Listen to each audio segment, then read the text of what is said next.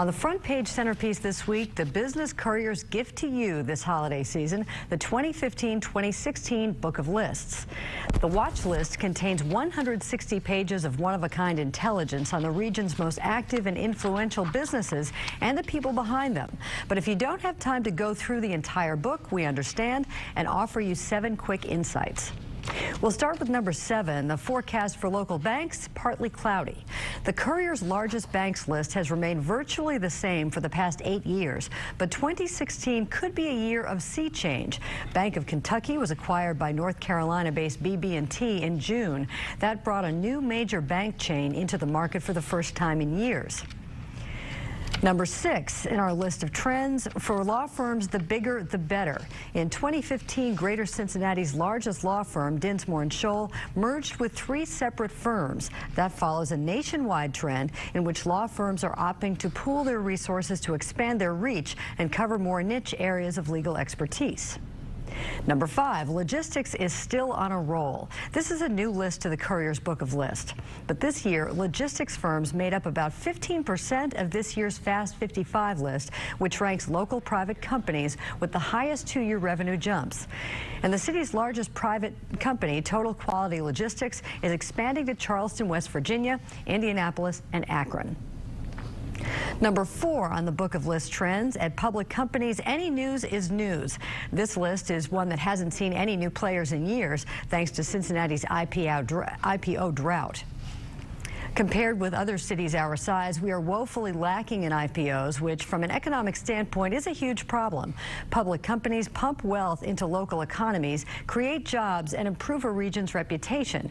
That makes this year's loss of Frisch's and Omnicare to acquisitions especially painful.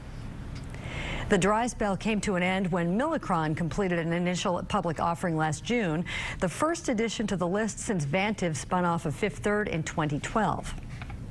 For the final 3 trends, we turn to Business Courier editor Rob Dawmeyer for some analysis. He is with Business Watch producer Kelly Leon in the studio. Rob and Kelly.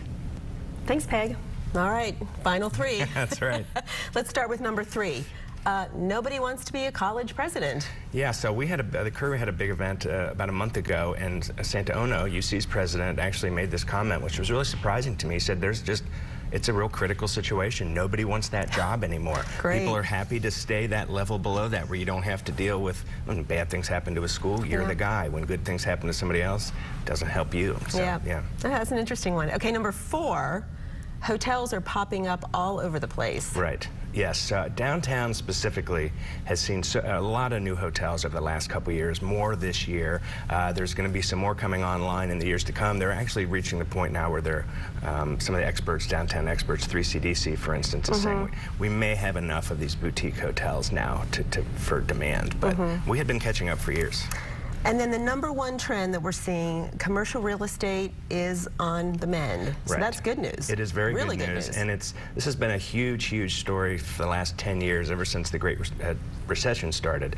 Real estate was at the center of that. So specifically commercial real estate was just hammered. There were a lot of big gaps in construction projects. Well, that's all coming back. Tom Demaropoulos, for us, covers commercial real estate, and he's been so busy this year just covering one deal after the next, and we see that continuing into next year. Yeah, and even on the program, I can say that it feels like we've covered a lot of commercial real estate.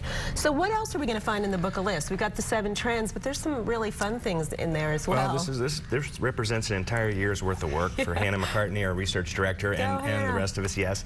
There's a bunch of stuff that's very, very important, from banking to finance, healthcare, etc. But there's also some fun stuff in there. You know, the highest paid athletes in town, the largest breweries in town, the wealthiest school districts in town. So if it has a business angle, if money changes hands, we feel like it's a business story, we'll put it in here. Yeah. All right. Well, we like that brewery story because we needed to get a brewery story in, right, Peg? Week. Yeah. Peg, we'll send it back to you. That's good. That's the beer story of the week. Thank you, Kelly and Rob.